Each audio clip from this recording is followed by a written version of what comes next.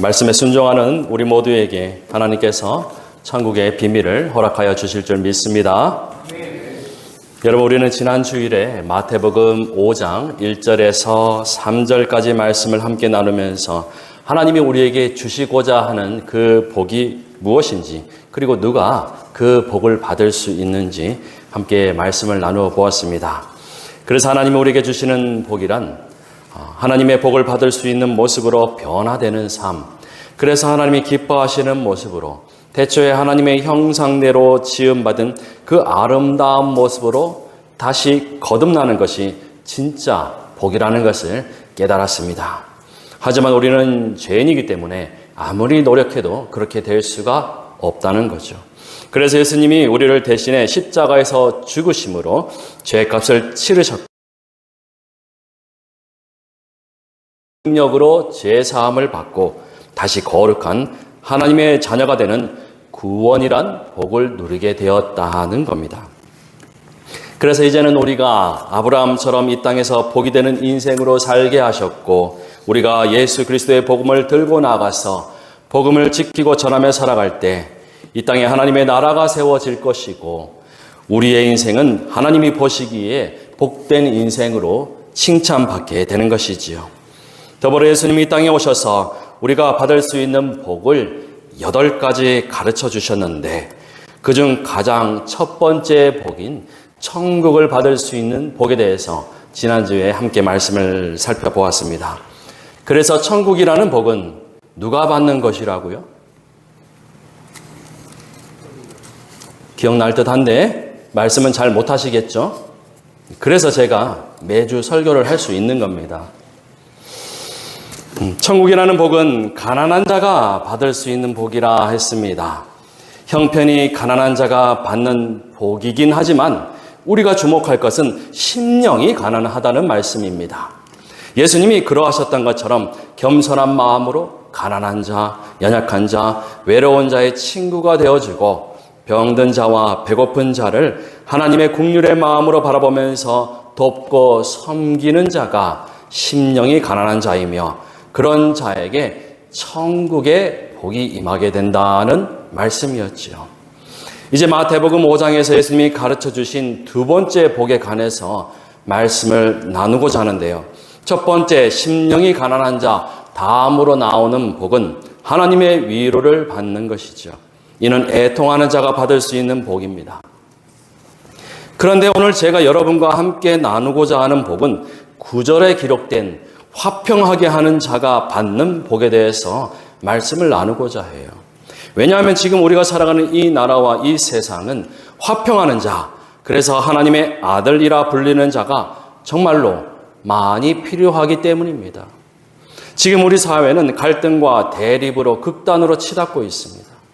계엄령 선포와 대통령 탄핵이라는 사건을 접하면서 정치적으로, 사회적으로, 그리고 지역적으로 갈등하고 대립하고 있어요.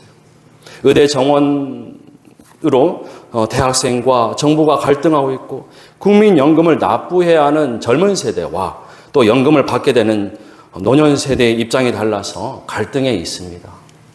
최근 몇 년간 코로나 시대를 지나면서 가정 내 갈등과 다툼이 부쩍 늘었다고 해요. 가정폭력과 아동학대 신고 건수도 매년 10%씩 증가한다고 합니다. 가정이 평화로운 안식처가 되어야 하는데, 가정에서부터 갈등과 대립과 다툼이 시작되어서 자라나는 우리 아이들 마음이 불안하고, 그래서 정신질환으로까지 이어지는 그런 안타까운 가정이 참 많더라는 겁니다. 가정뿐만 아니라 직장에서도 갈등이 있고, 교회에서도 평화를 이루며 두루 잘 지내는 사람이 있는가 하면 다툼의 원인을 제공하는 사람도 있어요. 국가적으로 본다면 우크라이나 러시아 전쟁과 이스라엘과 팔레스타인 전쟁으로 인해 수많은 사람이 죽음으로 내몰리는 정말 안타까운 현실을 우리는 지금 보고 있습니다. 우리나라 역시 북한과 휴전 상태로 서로를 향해 총칼로 대립하면서 진정한 평화를 이루지 못하는 그런 시대를 살고 있죠. 이처럼 오늘 우리가 평화가 절실한 시대, 화평을 이루는 자가 꼭 필요한 현실을 살고 있기에 오늘 우리가 화평을 이루려면 어떻게 해야 하는지, 그리고 화평하는 자에게 주시는 복, 하나님의 아들이라고 불리는 것에 대한 의미에 대해서 말씀을 듣고 깨닫는 은혜가 있기를 소망합니다. 아멘. 여러분, 성경이 말하는 화평이란 무엇일까요? 첫 번째는 하나님과 화평하는 것입니다. 요한복음 3장 16절 말씀, 여러분 너무나 잘 아시는 말씀이죠. 우리 암송하시는 분들 함께 암송해 볼까요? 하나님이 세상을 이처럼 사랑하사 독생자를 주셨으니 이는 그를 믿는 자마다 멸망하지 않고 영생을 얻게 하려 하심이라. 아멘. 하나님은 우리를 화평의 길로 인도해 내시려고 자기 아들을 보내신 화평의 하나님이십니다. 왜 그렇게 하셨을까요? 하나님은 우리를 사랑하시기 때문이죠. 이제 우리는 예수를 믿고 내 구주로 고백하기만 하면 죄에서 해방되고 하나님과 다시 화평을 이룰 수 있는 길이 열리게 되었다는 말씀입니다.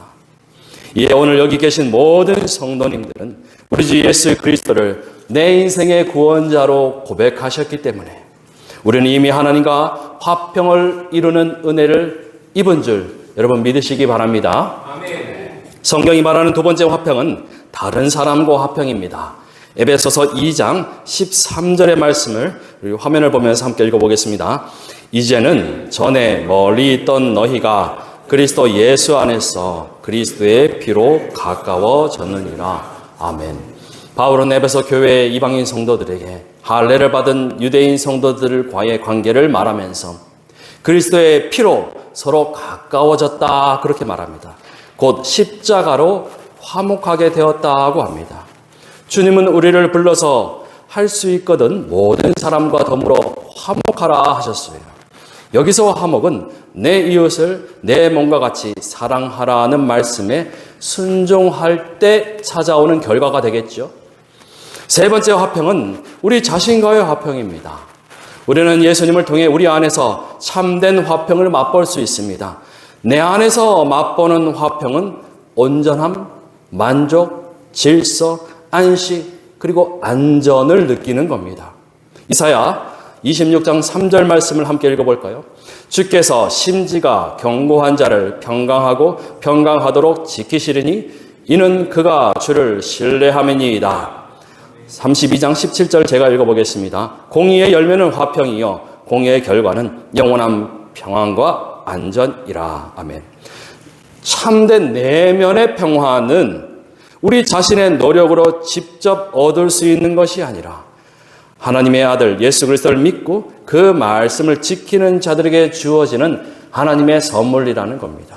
다시 말해 내 안의 화평은 믿음의 열매를 맺을 때 주어지는 것이라는 겁니다.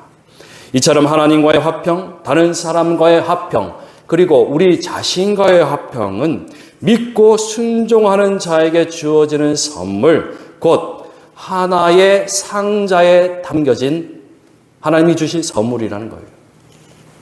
그런데 문제는 주님이 그토록 강조하시는 두 번째 화평, 다른 사람과의 화평이 쉽지 않다는 점에 있습니다. 오늘 본문 5장 9절 말씀 역시 다른 사람과의 화평에 방점이 찍혀 있어요. 마태복음 5장 39절에서 49절 내 오른뺨을 치거든 왼편도 돌려대며 또 너를 고발하여 속옷을 가지고자 하는 자에게 겉옷까지도 가지게 하며. 아멘. 여러분, 악한 자가 나의 뺨을 치고 나를 재판에 넘기려고 해요. 이어지는 41절 말씀에도 나를 억지로 끌고 가려고 해요. 심지어 나에게 돈을 빌려달라 합니다.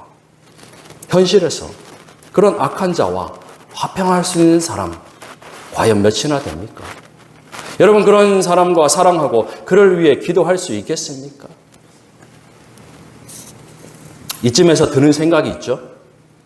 하나님의 아들이라 불리는 것이 쉽지는 않구나. 그렇다면 하나님, 저는 화평하게 하는 자가 아닌 다른 거 하면 안 되겠습니까? 그나마 좀 자신 있는 게 애통하는 자죠. 제가 우리 성도님들 앞에서 할 말은 아니지만 나이가 드니까 눈물이 많아지더라고요. 요즘 유행하는 드라마 폭삭 소가수다 그런 드라마가 있는데요. 그거 보니까 눈물이 펑펑 쏟아지는 거예요. 애통하는 자 할 수 있습니다. 그런데 바울이요, 갈라디아서 5장 22절에서 23절까지 말씀해서 성령의 9가지 열매를 가르칠 때 사랑과 희락과 화평과 오래 참음과 자비와 양성과 충성과 온유와 절제가 함께 자라고 익어가야 한다. 그 모든 것이 조화롭게 자랄 때 비로소 예수 그리스도의 성품을 닮아가고 참된 그리스도인이 된다 한 것처럼 우리는 예수님이 말씀하신 8가지 복을 다 사모해야 하고 특별히 가장 어려운 화평을 이루는 자가 되어야 할 영적 책임이 있다는 겁니다. 사람들이 화평, 평화를 말할 때 가장 오해하는 것 중에 하나는 진정시키면 평화가 온다라고 알고 있는 거예요. 다툼과 갈등을 진정시키는 것이 평화를 불러오는 근본적인 해결책이 될 수 있을까요? 피스메이커라는 그런 책이 있는데요. 그 저자 켄 사데라는 목사님이 사람들이 평화를 구하기 위해 하는 방식, 달리 말하면 갈등에 대응하는 방식을 다음과 같이 제시하고 있습니다. 준비된 그림을 한번 보실까요? 반원의 그 언덕 모양의 곡선이 있죠. 언덕의 왼쪽 경사에는 갈등에 대한 회피적인 반응이 있습니다. 오른쪽 경사에는 공격적인 반응이 있습니다. 중앙에는 갈등에 대한 화해하는 반응이 있어요. 그림을 보시면 나는 갈등을 해결하기 위해 어떤 방식을 취해왔는가? 아울러 내가 익숙하게 사용했던 방식이 과연 화평에 도움이 되는가? 여러분 생각해 보시기 바랍니다. 왼쪽의 회피적인 반응을 보면요, 부인과 도피와 자살이라는 반응이 있어요. 갈등을 풀기보다는 피하는 데 더 관심이 있는 사람들이 보이는 반응입니다. 먼저 부인은 갈등 앞에서 아무 일 없는 채 하는 겁니다. 문제를 풀기 위해 당연히 해야 할 일을 거절합니다. 이런 반응은 잠시 고민을 덜어줄 뿐 대개는 문제를 더 악화시킨다고 해요. 도피는 갈등으로부터 도망치는 거예요. 집에서 나가고 절교하고 사직하고 이혼하고 이사 가버리고 그런 모습이죠. 이 경우 급박한 상황에서 일단 피하는 것이 현명할 수는 있겠지만 문제를 해결하기 위해서는 다시 돌아와서 방법을 모색해야 한다는 겁니다. 자살은 갈등을 풀어갈 희망을 잃고 상황을 회피하기 위해 목숨을 끊어버리는 방식, 결코 옳은 방식이 아니죠. 불행하게도 우리나라는 전 세계에서 청소년 자살을 1, 2위를 다투는 그런 나라가 되어버렸습니다. 우리 아이들이 어떻게 갈등을 풀어가야 할지 배우지 못했다는 거예요. 오른쪽의 공격적인 반응에 대해 살펴볼까요? 이는 화해와 평화를 구하기보다는 갈등에서 이기는 일에 더 관심이 있습니다. 경쟁하고 권리를 주장하고 상황을 이용하려는 사람들에서 엿볼 수 있는 거예요. 폭행은 언어폭력이나 육체적인 폭행 또는 재정이나 인격적으로 사람에게 피해를 가하는 그런 행동입니다. 힘과 협박을 사용해서 상대를 이기려 하는 것이죠. 이러한 행동은 항상 갈등을 더 악화시켜요. 문제를 소송으로 해결하려는 사람들이 종종 있습니다. 대표적으로 유명한 연예인들이나 정치인들에게서 볼 수 있는 그런 모습이죠. 갈등을 합법적으로 재판받을 수는 있겠지만 대개 소송은 관계를 해칠 뿐만 아니라 결국에는 서로에게 상처만 남길 뿐입니다. 이런 이유로 고린도전서 6장에서 바울은 세상 법정보다 교회 내에서 서로 간의 다툼을 해결하라 그렇게 가르치고 있습니다. 살인은 극단적인 경우로 분쟁을 이기려는 사람들이죠. 대부분 그리스도인들은 실제로 누군가를 죽이지는 않겠지만 우리가 잊지 말 것은 다른 사람을 향해 마음의 분노와 경멸을 품으면 하나님 보시기에 살인죄가 될 수 있다는 거예요. 그럼 화해의 반응을 보실까요? 6가지 화해의 반응이 있지만 3가지만 살펴보겠습니다. 간과는 잠언 19장 11절에서 노하기를 더디하는 것이 사람의 슬기요 허물을 용서하는 것이 자기의 영광이니라고 하심같이 사소한 갈등이나 허물은 조용히 참고 못 본 채 하고 넘기는 해결책입니다. 중재는 두 사람이 문제 합의에 이를 수 없을 때 한 사람 이상의 중재자를 선임해서 문제 해결을 돕도록 하는 방법입니다. 고린도전서 6장에서 바울은 이것이 법적인 갈등을 해결하기 위해 마땅히 취할 방법이라고 가르칩니다. 관계 회복은 전형적인 성경적인 화해의 방법이죠. 이 반응의 근거가 되는 마태복음 5장 23절에서 24절까지 말씀을 우리 함께 읽어볼까요? 그러므로 예물을 제단에 드리려다가 거기서 내 형제에게 원망 들을 만한 일이 있는 것이 생각나거든 예물을 제단 앞에 두고 먼저 가서 형제와 화목하고 그 후에 와서 예물을 드리라. 아멘. 관계 회복은 잘못을 고백하고 서로 용서함으로써 관계를 풀어가는 방식입니다. 이 반응을 따라하는 사람은 화평하는 일에 자신의 시간과 노력을 쏟아냅니다. 하지만 이 방법을 잘 따르게 되면 결국에는 관계 회복과 화평을 이루게 될 가능성이 매우 크다는 거죠. 이처럼 우리 일상에서 갈등은 매 순간 일어나요. 이때 우리가 어떤 대응 방식을 취할 것인가 우리의 선택이고 그 결과는 우리에게 돌아온다는 겁니다. 시부모님을 모시고 사는 가정에 이제 막 시집 온 며느리의 이야기입니다. 어느 날 아침에 일어나서 밥을 하려고 보니까 전기밥솥이 고장나 있었어요. 하는 수 없이 며느리가 냄비밥을 하게 됐습니다. 냄비밥을 처음 해본 며느리는 그만 밥을 새카맣게 냄비까지 다 태우고 말았어요. 그러자 시어머니가 며느리를 쏘아보며 말합니다. 야, 너는 밥할 줄도 모르고 시집 왔냐? 시어머니 이런 갑작스러운 그런 질책에 며느리도 지지 않고 시어머니에게 말대꾸를 하죠.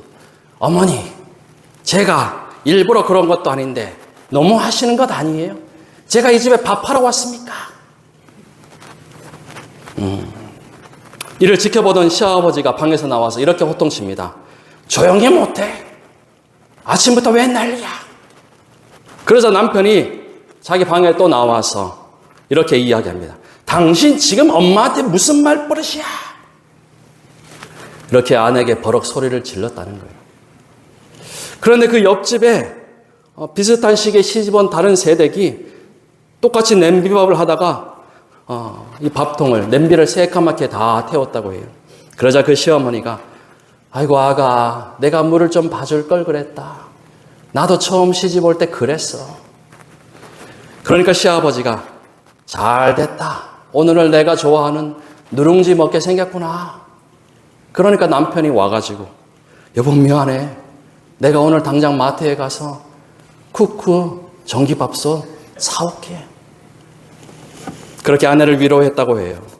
여러분 두 집 며느리가 똑같이 밥을 태운 것은 마찬가지죠. 또 태운 밥을 먹어야 하는 것도 마찬가지입니다. 하지만 그 갈등과 문제를 대하는 방식에 따라 한 가정은 갈등의 식탁이 되었고 다른 가정은 평화의 식탁이 되었다는 거예요. 예화이긴 하지만 우리가 갈등을 대하는 태도가 회피적인 반응 또는 공격적인 반응이었다면 더 이상 그러한 방식은 사용하지 않도록 성경이 제시하는 방식으로 갈등을 해결하고 화평을 이루어 나아가야 할 줄 믿습니다. 그렇다면 우리가 다른 사람과 화평을 이루기 위해 어떻게 해야 합니까? 첫째는 청결한 마음을 가지라입니다. 화평을 이루는 자는 예수의 피로 제사함을 받고 하나님과 사람 앞에서 깨끗한 모습으로 서야 합니다. 예수는 화평하게 하는 자를 말씀하시기 전에 8절에서 마음이 청결하게 하는 자를 먼저 말씀하셨어요. 마음이 청결해야만 화평을 이룰 수 있기 때문입니다. 다툼과 갈등의 가장 큰 원인이 무엇입니까? 거짓과 음모와 속임이죠. 반면에 참된 화평에는 열린 마음과 진실함이 필요하기 때문입니다. 여러분 잘 아시는 대로 야곱은 아버지와 형을 속이고 가정의 평화를 깨뜨리고 말았어요. 형도 동생이 저지른 일에 대해 분노를 참지 못하고 동생과 관계를 단절했습니다. 야곱과 에사가 다시 재회하기까지는 오랜 시간이 걸렸어요. 이들은 만나기 하루 전까지도 서로를 믿지 못하는 그런 상황이었어요. 서로의 마음에 불신과 분노가 가득 차 있었기 때문입니다. 형제가 서로 만나기 하루 전날 밤 야곱은 야복강에서 하나님이 보내신 사자를 만나게 되죠. 그리고 그와 밤이 새도록 씨름을 했습니다. 여러분, 씨름을 해보신 분은 아시겠지만 서로의 어깨를 맞대고 삿발을 잡고 힘을 쓰고 그렇게 붙들고 있는 그 씨름, 그 3분이라는 시간이 정말로 힘듭니다. 체력적으로 굉장히 힘든 운동이죠. 요셉이 밤새도록 죄의 사자를 붙들고 놓지 않았다는 것은 참으로 힘든 일이었을 겁니다. 그런데 야곱이 그렇게 힘들게 노력해서 얻어낸 것이 무엇입니까? 허벅지 관절이 탈골되어 걸을 수 없게 되었고 온몸이 멍이 들어서 고통스럽게 되었지만 그는 이스라엘이라는 이름을 얻게 되었습니다. 과거에 거짓과 속임의 대명사였던 야곱이라는 그 이름을 단절하고 민족의 이름 이스라엘로 거듭나게 되었어요. 무엇보다 그는 하나님 아버지의 마음을 깨닫게 되었어요. 그래서 야곱은 모든 재물을 다 형에게 내어주면서 철저히 자신을 비우고 형에게 나아갔습니다. 그리고 창세기 33장 10절에서 이렇게 고백하지요. 이 예물을 받으소서. 내가 형님의 얼굴을 배운 즉 하나님의 얼굴을 본 것 같사오며. 아멘. 청결한 마음으로 나아간 야곱은 형과 화평을 이룹니다. 더불어 형의 얼굴에서 하나님을 보게 되었습니다. 성경이 말하는 화평을 이루는 또 다른 원리 무엇이 있을까요? 마태복음 7장 3절 제가 읽어보겠습니다. 어찌하여 형제의 눈 속에 있는 티는 보고 내 눈 속에 있는 들보는 깨닫지 못하느냐. 아멘. 이 말씀처럼 나의 눈 속에 있는 들보를 빼어라입니다. 여러분, 꼰대를 아십니까? 꼰대란 말 아세요? 꼰대는 권위적인 사고를 가지고 남을 지적하는 어른들을 가리키는 그런 말이죠. 과거에는 아버지나 선생님 혹은 직장 상사가 주로 꼰대로 불렸는데 최근에는 20, 30대 젊은 꼰대도 그렇게 많다고 그래요. 여러분, 꼰대가 되지 마시기 바랍니다. 마태복음 7장 3절 말씀을 현대적으로 해석하면 꼰대가 되지 말라는 말씀이에요. 여러분, 예수님은 꼰대였을까요? 아닐까요? 결단코 아니죠. 제자들을 가르치실 때 그들을 혼내시거나 그들의 잘못을 지적하며 나의 우월함을 자랑하시지 않았어요. 비유로 말씀하셨고 말씀을 몸소 실천해 보이셨습니다. 귀신을 쫓아내거나 병자를 고치실 때도 그들을 정죄하는 것이 아니라 위로하시고 긍휼히 여기시고 불쌍하게 생각하셨어요. 예수님은 꼰대와 같이 남을 지적하고 가르치려 하지 말고 오히려 내 눈 속에 있는 들보부터 깨닫고 빼내라, 그렇게 말씀하셨습니다. 우리가 다른 사람의 사소한 잘못에는 너그럽게 넘어가고 나의 실수는 정직하게 고백한다면 우리를 반대하던 자들 역시도 우리에게 친절하게 반응하게 될 것입니다. 그래서 서로 간의 긴장이 사라지고 화해의 길이 열게 되는 법이지요. 세 번째로 화평을 이루는 성경적인 원리는 가서 화해하라입니다. 우리는 매주일 우리가 우리에게 죄 지은 자를 사하여 준 것 같이 우리 죄를 사하여 주옵시고 라고 기도했어요. 하나님의 용서와 우리의 용서가 직결되어 있다는 거예요. 용서는 그냥 잊어버리는 것이 아닙니다. 적극적으로 결단하고 행동하는 것이에요. 용서로 번역되는 헬라어 단어는 자유롭게 해주다, 풀어주다, 면하게 하다라는 뜻을 가지고 있어요. 용서는 우리에게 잘못한 사람, 그 사람과 우리 사이에 있는 벽을 허무는 그러한 사건입니다. 장애물을 넘어뜨린 잔해물을 청소하고 다시 수리하는 작업을 하는 것, 이것을 성경은 화해라고 합니다. 구체적으로 적개심과 분노를 화평과 사랑으로 대체하는 것을 의미하죠. 이러한 과정을 염두에 두고 예수님은 마태복음 5장 24절에서 예물을 제단 앞에 두고 먼저 가서 형제와 화목하고 그 후에 와서 예물을 드리라, 그렇게 말씀하셨잖아요. 하지만 우리가 경험으로 알듯이 그를 용서하고 화해를 한다고 해서 그와의 관계가 온전하게 예전처럼 완벽하게 돌아가지는 않습니다. 그럼에도 용서하고 화해를 할 때 서로를 향한 존중과 감사가 커지는 경험, 새로운 신뢰가 쌓이는 경험을 하시게 될 겁니다. 갈등을 봉합하고 문제를 해결하고 공통 관심사와 목표를 털어놓을 때 그렇게 둘의 관계는 깊고 풍성한 차원으로 나아갈 수 있는 것이지요. 이제 마지막으로 이러한 화해와 화평을 이룬 자에게 주시는 복, 하나님의 아들이라고 불리는 복에 대해서 간략하게 나누고자 합니다. 여러분, 놀랍게도 성경에서 하나님의 아들이라고 불리는 자는 없었습니다. 천사도, 모세도, 아브라함도, 엘리야도 그 누구도 의인이요 온유한 자라 불리기는 했지만 그 누구도 하나님의 아들이라 불린 자는 없습니다. 만약 누군가 내가 하나님의 아들이다라고 말했다면 그는 신성 모독죄로 처분을 받게 될 것입니다. 오직 예수 그리스도 한 분만이 하나님의 아들이라고 성경에 기록되어 있죠. 하지만 놀랍게도 본문 5장 9절에서 화평을 이루는 자는 하나님의 아들이라 불린다고 분명하게 기록되어 있습니다. 앞서 팔복의 말씀이 예수님을 따르는 자들, 곧 그리스도인이 지녀야 할 성품과 행동에 관한 말씀이라고 그렇게 말씀드렸죠. 같은 원리로 우리를 향한 하나님의 목적은 저와 여러분이 예수 그리스도의 성품, 즉 하나님의 아들을 본받도록 하시는 데 있습니다. 하나님은 우리가 예수를 고백하고 하나님을 인격적으로 만났을 때부터 우리를 바꿔가기 시작하셨고 우리 인생 전반에 걸쳐서 이 과정을 지속하고 계십니다. 갈등과 문제로 인해 인생의 위기를 겪는 동안에 그리스도와 같은 성품으로 변화될 수 있도록, 그래서 진짜 하나님의 자녀가 되도록 도우신다는 겁니다. 도피자였던 모세를 협상가로 세우셨고 폭력을 일삼았던 바울을 유대인과 이방인의 중재자로 보내셨어요. 그리고 오늘 우리 역시 갈등과 분쟁과 다툼을 해결하는 자, 화평하게 하는 자, 피스메이커로 부르셨습니다. 요한계시록 21장 7절은 이렇게 증언해요. 이기는 자는 이것들을 상속으로 받으리라. 나는 그의 하나님이 되고 그는 내 아들이 되리라. 아멘.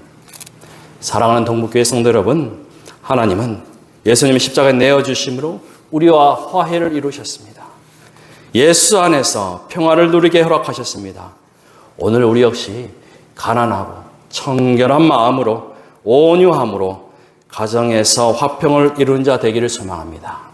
용서하고 화해함으로 교회에서, 직장에서, 사회에서, 그리고 우리나라와 온 세계 열방에서 평화를 만드는 자 되시기를 소망합니다. 아멘. 그리할 때 세상이 우리를 보고 하나님의 아들이라고 말할 것이며 우리는 하나님 아버지의 자녀된 권세를 누리며 이 땅을 살아가게 될 것입니다. 이 말씀 붙들고 승리와 평화를 이루시는 여러분 다 되시기를 주님의 이름으로 간절히 축원합니다. 아멘.